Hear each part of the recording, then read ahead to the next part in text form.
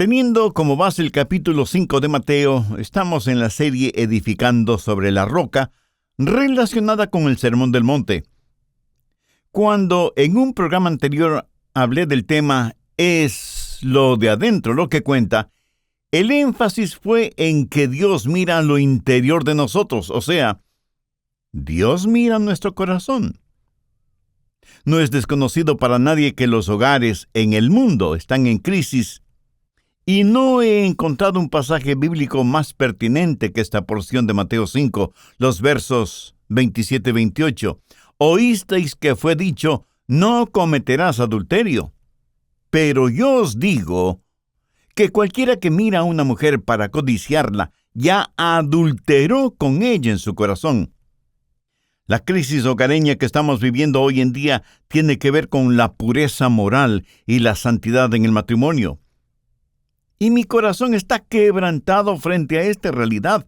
Tal parece que las alcantarillas de la inmoralidad se han desbordado por completo, inundando con su suciedad los hogares en todas partes del mundo. Piense conmigo en las palabras del profeta Esdras cuando dijo: Dios mío, confuso y avergonzado estoy para levantar, oh Dios, mi rostro, porque nuestras iniquidades se han multiplicado sobre nuestra cabeza y nuestros delitos han crecido hasta el cielo.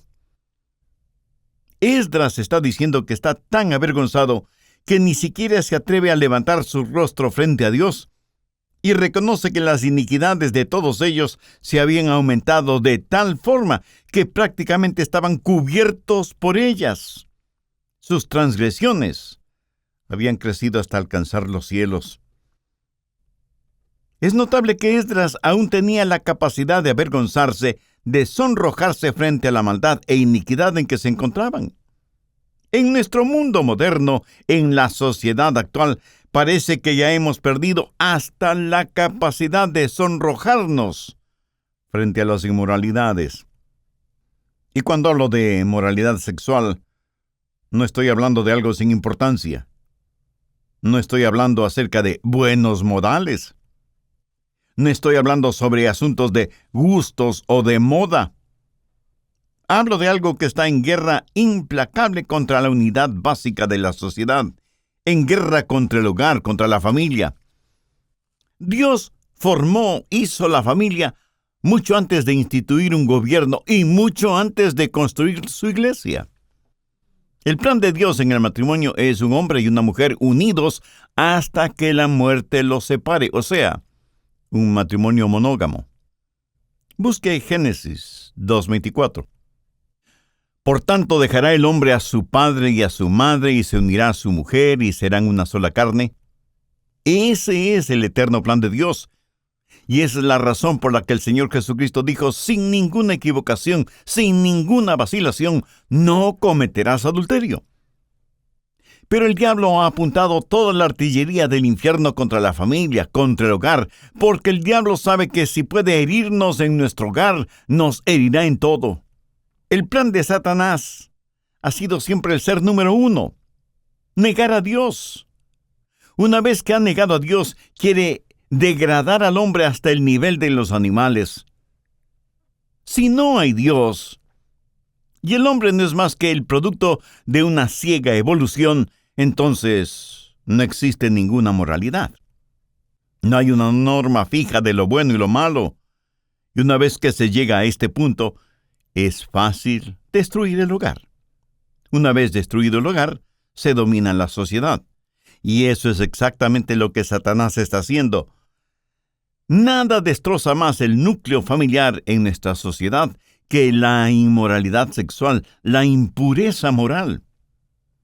Gibbons, el historiador que escribió sobre el surgimiento y la caída del Imperio Romano, entre las varias razones que presenta para la desaparición del Imperio Romano, pone como número 1 el resquebrajamiento en los hogares por medio de la impureza moral y la promiscuidad sexual en general. Y es un hecho social bien conocido y además bien estudiado que aquellos que tratan lo sexual muy a la ligera tratan también a los seres humanos muy a la ligera. Ahora, con eso en mente, vayamos al libro de Proverbios. Quiero que conozca 5 factores que le ayudarán a construir y mantener la pureza moral y hacer de su hogar lo que Dios quiere que sea. Proverbios, capítulo 5. Primer factor, el de la instrucción. Proverbios 5, versos 1 y 2. Hijo mío, está atento a mi sabiduría, y a mi inteligencia inclina tu oído, para que guardes consejo y tus labios conserven la ciencia. Ahora, todo esto está dentro del concepto de pureza sexual. A veces escuchamos aquello de que lo que no se sabe no puede hacer daño. Francamente, yo creo que eso es una solemne tontería. Lo que su doctor no sabe puede matarle a usted. Y tenemos familias que están fracasando primordialmente por falta de sabiduría, de discreción, de entendimiento y de conocimiento. ¿Y dónde vamos a aprender estas cosas? En la universidad, con un profesor de sociología que enseña el disparate del humanismo. ¿Lo aprenderemos en institutos de altos estudios sociales? ¿Lo aprenderemos de los defensores del asesinato legal de bebecitos parapetados detrás de las oficinas de la mal llamada paternidad responsable? ¿Lo aprenderemos en los cines, viendo toda la basura inmoral que produce Hollywood? ¿O de los modernos teólogos en que se han convertido algunos populares personajes de la televisión que han logrado convencer a millones de crédulos incautos que ellos son los ungidos de esta nueva generación? ¿Dónde y de quién vamos a aprender? Dios dice que debemos inclinar nuestro oído a su sabiduría e inteligencia. Y Dios tiene una manera de hacerlo, y Dios tiene un plan. Busque Proverbios 6:32. Mas el que comete adulterio es falta de entendimiento. Corrompe su alma el que tal hace. En palabras sencillas, ¿sabe lo que Dios está diciendo? Está diciendo que la inmoralidad es algo estúpido. Y si usted se siente ofendido por lo que acabo de decir, no se enoje conmigo, enójese con Dios, si se atreve. Quien comete fornicación o adulterio es que no tiene ningún entendimiento. Está destruyendo su propia alma, voluntaria pero estúpidamente. Usted necesita ser instruido, necesita aprender. Y esta verdad debemos enseñarla no solo en las iglesias, sino principalmente en los hogares. Los ingenieros sociales de nuestros días han logrado sacar la Biblia de las escuelas. Y su enseñanza de educación sexual se traduce en condones y píldoras anticonceptivas y, en llegado el caso, en abortos sin el conocimiento y el consentimiento de los padres. Así que otra vez, ¿dónde vamos a aprender? Dios nos ha dado un libro, un manual de instrucciones, y el primer factor es el factor de la instrucción. Necesitamos aprender sabiduría divina. Segundo factor, el de la decepción. Esto es lo opuesto al factor de la instrucción. Esto de la decepción tiene que ver con las artimañas de Satanás. Proverbios 5, desde el verso 3. Porque los labios de la mujer extraña destilan miel, y su paladar es más blando que el aceite. Mas su fin es amargo como el ajenjo, agudo como espada de 2 filos. Sus pies descienden a la muerte, sus pasos conducen al Seol, sus caminos son inestables. No los conocerás, si no considerares el camino de la vida. Aquí se está hablando de una decepción satánica para arruinar su vida. Y habla de una mujer inmoral. Satanás es demasiado listo para ir a pescar sin tener una atractiva carnada en el anzuelo. Y como experto pescador de almas, él engaña y decepciona con una irresistible carnada para atrapar el alma del hombre y esclavizarla. Note cómo Satanás prepara la trampa fatal. Verso 3. Porque los labios de la mujer extraña destilan miel. Palabras dulces, almibaradas, salen de la boca de la mujer extraña. Es una dulzura que fluye, que parece tan maravillosa. Por eso es que a tanta gente la inmoralidad le parece algo bueno. Note que aquí hay primero frivolidad. Oh, esto es divertido, es emocionante. Pero a esta frivolidad le sigue el adulo. Mire la parte final del verso 3. Y su paladar es más blando que el aceite. Ella sabe cómo atraerle con sus palabras engañosas y aduladoras. ¿Sabía usted que mucha gente es susceptible al adulo? Unas cuantas palabras de adulo pueden volver a un hombre en un perfecto necio. Hombres, esa es la razón por que ustedes cada mañana antes de ir a sus labores deben tener su tiempo a solas con Dios, para que le libre de palabras lisonjeras, aduladoras, que no solamente las dicen las mujeres, sino también los hombres. Busque Proverbios 6:23. Porque el mandamiento es lámpara, y la enseñanza es luz, y camino de vida las reprensiones que te instruyen. Pero ahora quiero que note lo que dice el verso 24. Para que te guarden de la mala mujer, de la blandura de la lengua de la mujer extraña. Mi amigo, no hay nada que pueda protegerle de la inmoralidad, del coqueteo con sus compañeras de trabajo, sino esos momentos manantiales cuando usted se llena de la presencia y de la palabra de Dios, y luego sale a desempeñar sus labores en el taller, la oficina, donde sea. Frivolidad, adulo. Pero hay algo más en Proverbios 5, versos 4 y 5. Mas su fin es amargo como el ajenjo, agudo como espada de dos filos. Sus pies descienden a la muerte, sus pasos conducen al Seol. ¡Qué tremendo poder que tiene el pecado sexual! No hay nada más destructivo. El pecado fascina y luego asesina. Nos emociona y luego nos convulsiona. Sus pasos van hacia el infierno, decretando la muerte del gozo, la pureza, la felicidad, la muerte del hogar, muerte espiritual y eterna. Tercer factor, el de la protección. No solo es el factor de la protección, sino también una advertencia para evitar situaciones peligrosas. Proverbios 5, los versos 7 y 8. Ahora pues, hijos, oídme, y no os apartéis de las razones de mi boca.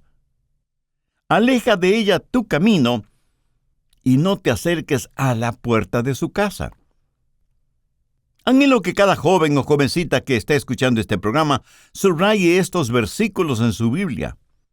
Y si usted piensa que está fuera de la influencia de estas cosas, ese gran hombre de Dios que fue Oswald Chambers dijo hace mucho tiempo lo siguiente: una fortaleza desguarnecida es una debilidad doble. Piénselo. Una fortaleza desguarnecida es una debilidad doble. Busque 1 Corintios 10:12. Así que el que piense estar firme, mire que no caiga. Contra el pecado de la inmoralidad sexual no se nos pide pelear, se nos pide que debemos huir de ese pecado. Veamos lo que nos dice Proverbios 5:8. Aleja de ella tu camino y no te acerques a la puerta de su casa. Lo que está diciendo es que si usted sabe en dónde vive una mujer inmoral, ni siquiera pase cerca de su casa. Busque otra ruta, otro camino, aunque tenga que caminar un poco más. Anote al margen 2 Timoteo 2:22. Huye también de las pasiones juveniles.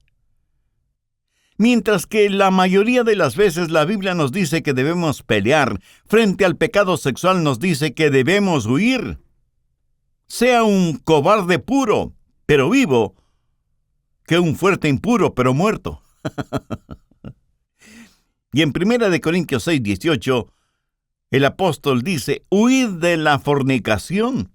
Cualquier otro pecado que el hombre cometa está fuera del cuerpo, mas el que fornica contra su propio cuerpo peca. ¿Lo ve? Huir de la fornicación, de las pasiones juveniles. Recuerde que Dios no nos dejará ser tentados más de lo que como seres humanos podemos aguantar. Él nos dirá cómo escapar. Permítame decirle que frecuentemente la manera de escapar es teniendo 2 piernas y una carrera veloz. Sature los lugares pecaminosos con su ausencia. No los ronde ni los merodee. Evite cualquier tipo de literatura, no digo solo pornográfica, sino toda literatura que se centra únicamente en el placer sexual y erótico. Y lo mismo es con las películas, tanto en el cine como en la televisión. Tenga discernimiento espiritual para mantener su pureza moral. José, en el Antiguo Testamento, desde joven supo lo que era ser puro, y esa pureza fue probada. Hubo una mujer, la señora Potifar, que estaba decidida a seducir a José, sea como sea. Ella quería tener sexo con José, quien era un siervo, un esclavo en la casa del señor Potifar. Cuando José se dio cuenta de las intenciones sexuales de la señora Potifar, decidió huir del dormitorio de ella. Pero ella lo sujetó del manto que él tenía puesto. Él logró zafarse y huir, cierto. Huyó lo más rápidamente posible, pero conservó su pureza y su santidad. ¿Sabe? Algunas personas se burlan de José y le llaman santurrón. Pero él en realidad fue un joven santo, y yo doy gracias a Dios por eso. Algunos pseudo-cristianos consejeros y pastores y líderes sostienen que José debió haber procedido de otra manera. Que él debió haber dicho algo como lo siguiente: mire, señora Potifar, no es bueno lo que usted quiere hacer conmigo. Vamos a arrodillarnos y vamos a pedirle a Dios que nos ayude en este asunto. ¿Qué cosa más fuera de todo sentido, no le parece? José no comenzó a luchar contra esa tentación. Él, simple y sabiamente, huyó de la presencia de la señora Potifar. Oiga, yo sé lo que son las tentaciones de la carne. Después de todo, soy un hombre de carne y hueso. Pero lo que voy a decir lo digo como testimonio, no como vanidad. Agradezco a Dios que yo llegué al altar matrimonial siendo virgen. Durante mi tiempo en la universidad, yo tenía sobre mi escritorio una plaquita que decía: el que no quiere caer no debe caminar por lugares resbalosos. Y eso es prácticamente lo que la Biblia dice: aleja de ella tu camino y no te acerques a la puerta de su casa. Cuarto factor, el de la destrucción. ¿Alguna vez ha considerado las consecuencias de la inmoralidad? ¿Por qué Dios dice que la inmoralidad es algo estúpido? Mientras el hombre moderno dice que la inmoralidad es algo que está de moda, Dios dice que si usted piensa así, es un necio que no tiene ningún entendimiento, y hay algunas razones para esto. Primero, disipación. Proverbios 5, los versos 9 y 10. Para que no des a los extraños tu honor y tus años al cruel.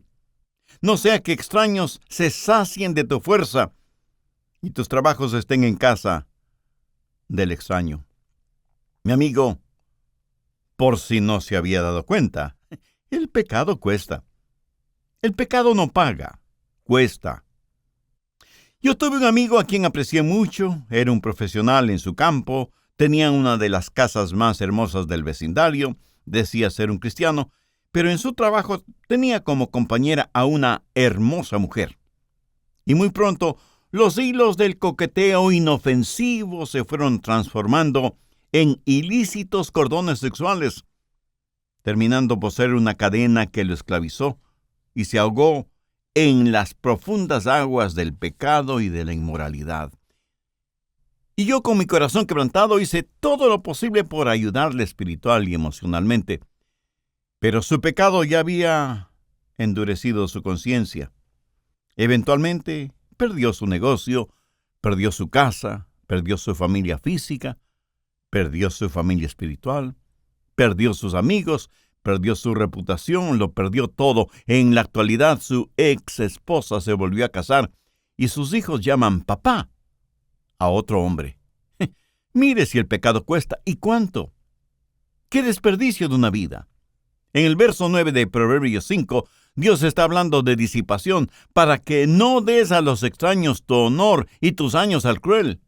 Pero no solo habla de disipación, sino que en segundo lugar habla de enfermedad. Mire el verso 11, y gimas al final cuando se consuma tu carne y tu cuerpo. He escuchado a algunas personas cristianas y no cristianas decir que el SIDA es el juicio de Dios. Yo no estoy de acuerdo con este punto de vista. ¿Por qué? Escúcheme atentamente. El SIDA es la consecuencia del pecado. Y alguien me dirá, pastor, ¿está diciendo que todos los que padecen de SIDA son pecadores? Por supuesto que no. Cada persona que muere atropellada por un conductor ebrio es pecadora. Por supuesto que no. Permítame decirle que yo tengo la respuesta, la solución para el problema del SIDA. Ojalá que el mundo entero entendiera esta solución para la epidemia del SIDA. Ojalá que lo entendieran nuestros científicos, nuestros gobernantes, nuestros ingenieros sociales. ¿Cuál es esa solución? Es tan fácil que parece increíble. Vivir de acuerdo a la palabra de Dios. Eso es. Y si alguien me pregunta, ¿cómo puede la palabra de Dios ser la solución para el SIDA? Fácil. Un hombre y una mujer unidos en matrimonio hasta que la muerte los separe. Esa es la solución. Y usted, incrédulo, me dice, pero pastor, eso es demasiado simple. Y yo a la vez le pregunto, ¿y si es demasiado simple, por qué no aplicamos esa solución? ¿Por qué tenemos que complicarlo todo? ¿Será porque para algunos no hay ningún beneficio financiero si ponemos en práctica la palabra de Dios? Piénselo. ¿Por qué esperar que se haga realidad lo que dice la Biblia y gimas al final cuando se consuma tu carne y tu cuerpo? En la actualidad hay poderosas drogas para combatir el SIDA. Gran negocio para los laboratorios farmacéuticos. Sin embargo, estamos enfrentando una epidemia transmitida sexualmente y que es ahora 10 veces más grande que lo que fue unos pocos años atrás. En tercer lugar, desilusión. Proverbios 5, versos 2 y 13. Y digas, ¿cómo aborrecí el consejo? Y mi corazón menospreció la reprensión. No oí la voz de los que me instruían, y a todos los que me enseñaban, no incliné mi oído. Uno de estos días, muchos de quienes me están oyendo este mismo momento dirán, ¿por qué no hice caso de las enseñanzas del pastor? ¿Por qué no escuché la palabra de Dios? Usted, mi amigo, va a estar profundamente desilusionado. Va a seguir viviendo su vida pensando que la vida que vive le da gozo, pensando que esa es la felicidad y la forma de alcanzar las realizaciones personales. Pero eso no es cierto. Y uno de estos días usted dirá con amargura, ¿por qué no escuché? ¿Por qué no hice caso a las advertencias de la palabra de Dios? ¿Por qué? ¿Por qué? Algunos dicen que la práctica de la moral relativa los libera. Mi amigo, no nos libera, nos esclaviza. Suecia es un ejemplo de sociedad abierta, tolerante.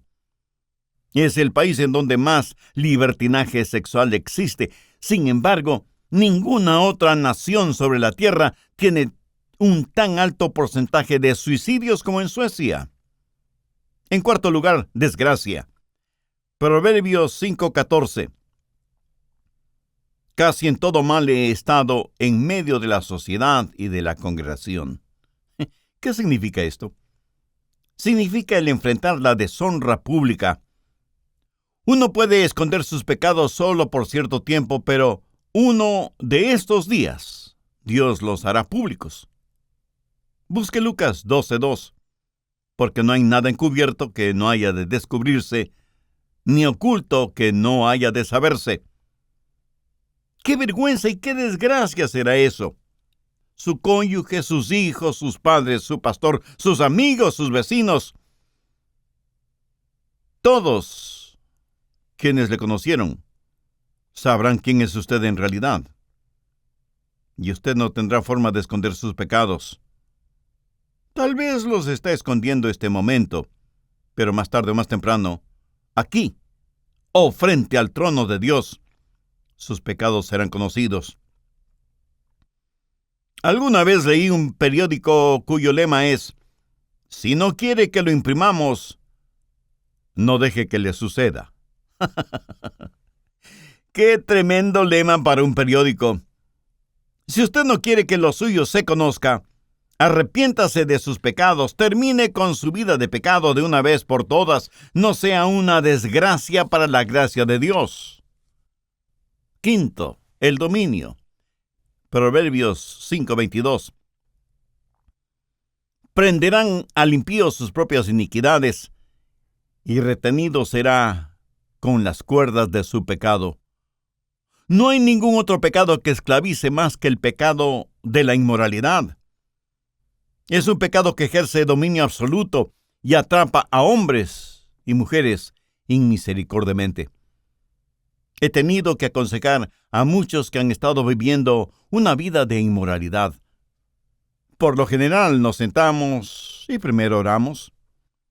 Recuerdo a un joven a quien pregunté: hijo, ¿ves esto como un pecado? Sí, pastor, sé que es un pecado. ¿Sabes que Dios te ama? Sí, pastor, sé que Dios me ama. ¿Y sabes que Dios quiere lo mejor para ti? ¿Quieres lo mejor para tu esposa y tus hijos? Sí, pastor, eso lo quiero con todo mi corazón. ¿Crees que Dios tiene el poder suficiente para liberarte de la esclavitud del pecado? Sí, pastor, lo creo. Entonces, ¿quieres arrepentirte de este pecado de inmoralidad? Ir y hacer las paces con tu esposa, pidiéndole que te perdone, y luego que me permitan aconsejarles a ustedes dos. Sí, pastor, lo haré. Nos arrodillamos y él, con lágrimas en sus ojos y sollozos en su voz, oró y dijo: Señor Dios, anhelo tu perdón. Deseo que me limpies interiormente y que me ayudes y me des las fuerzas para hacer lo que tengo que hacer. El joven sale de mi oficina y yo, con mis manos elevadas al cielo y mirando como si estuviera viendo a Jesús, digo: gracias, Dios. Te alabo, Señor. Bendigo tu nombre por la victoria en la vida de este joven y, consecuentemente, en la vida de su familia. 3 o 4 meses más tarde, este joven volvió a su vida de inmoralidad y su hogar terminó destrozándose. Mi corazón se sintió anonadado y oré y dije: Señor, ¿qué pasó? Oramos juntos y él parecía sincero al buscar ayuda para su problema. Y entonces pensé en lo extraordinariamente fuerte que son las cadenas del pecado de inmoralidad que esclavizan. Si aún no lo tienes subrayado, subraye 1 Corintios 6:18. Huid de la fornicación. Cualquier otro pecado que el hombre cometa está fuera del cuerpo, mas el que fornica contra su propio cuerpo peca. Se cuenta de un tirano que hubo en Siracusa, quien le dijo al herrero del pueblo que quería ver su trabajo y que por lo tanto debía llevar a palacio sus fuelles, sus hornos, sus yunques, el crisol para el metal fundido, todo lo necesario para que el herrero fabricara una cadena en presencia del tirano. El herrero así lo hizo, y cuando terminó le dijo al tirano: Excelencia, aquí está la cadena hecha en tu presencia. Esta cadena es tan fuerte que ni los más fuertes caballos, encadenados a sus extremos, podrían romperla. Entonces el tirano de Siracusa con una risa diabólica, dijo: «¡Guardias! Sujetad al herrero con su propia cadena y ponedlo en el calabozo». ¿Hay alguna analogía aquí? Por supuesto. Los hombres se encadenan con las cadenas forjadas por ellos mismos en el yunque de su corazón endurecido y soplado por el fuelle de sus lujurias, mientras desobedecen a un Dios santo. La Biblia dice que la inmoralidad ejerce verdadero dominio, que las mismas iniquidades de los hombres serán las que los encadenen más y más a sus pecados. Sexto, destrucción. Proverbios 5:23. Él morirá por falta de corrección y errará por lo inmenso de su locura. Hay una muerte moral, hay una muerte espiritual y hay una muerte eterna. Y las quemantes llamas de la lujuria se convertirán en las eternas llamas del infierno. ¿Cree usted que puede vivir de esa manera y sin embargo estar pavoneándose creyendo que entrará al cielo? Pues está absolutamente equivocado. Por favor, anote al margen 1 Corintios 6:9. ¿No sabéis que los injustos no heredarán el reino de Dios? No erréis. Ni los fornicarios, ni los idólatras, ni los adúlteros, ni los afeminados, ni los que se echan con varones, y aquí se refiere a los homosexuales, ni los ladrones, ni los avaros, ni los borrachos, ni los maldicientes, ni los estafadores heredarán el reino de Dios. Oiga, esto no lo digo yo, lo dice Dios mismo. Yo solo soy su mensajero.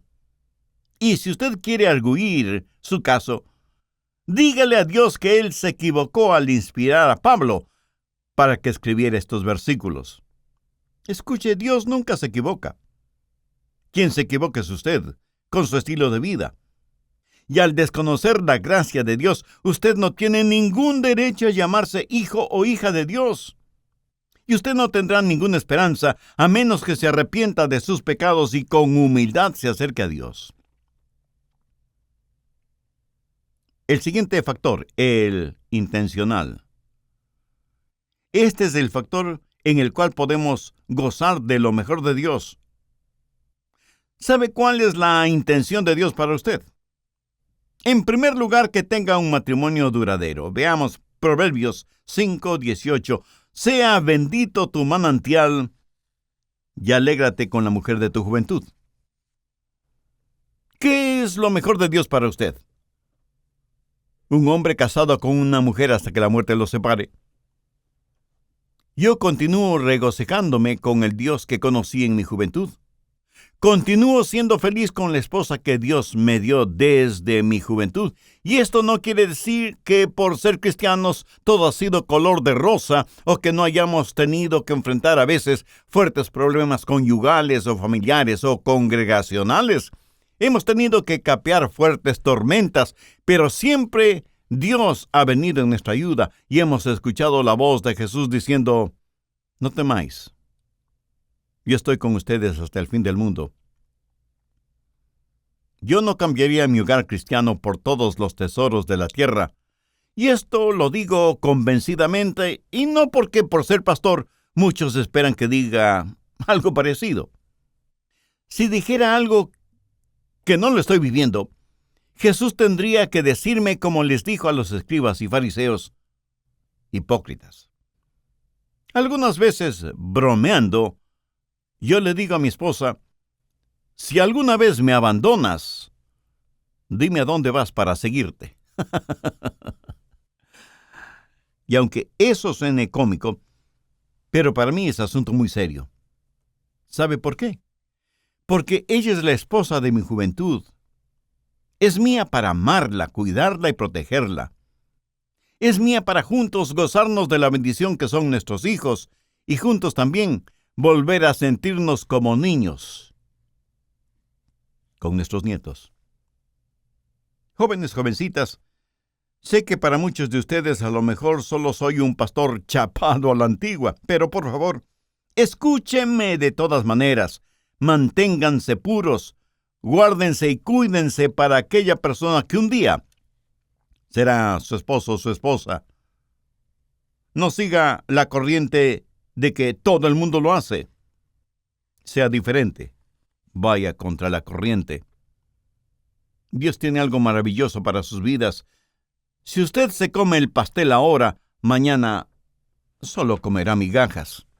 Y si ya ha fracasado en su vida moral, hay esperanza para usted, porque donde abunda el pecado, sobreabunda la gracia. Confiese sus pecados a Dios, pídale perdón, por fe reciba al Señor Jesucristo en su vida para que le salve, le limpie, le perdone, y pídale que le ayude para que usted sea la persona que Él quiere que sea. Todo esto pídalo en el nombre del Señor Jesucristo. Si usted hace esa decisión espiritual, le invito para que nos escriba y nos cuente al respecto. Deseamos ser parte de su gozo espiritual y orar por usted y su nueva vida como creyente en el Señor Jesucristo.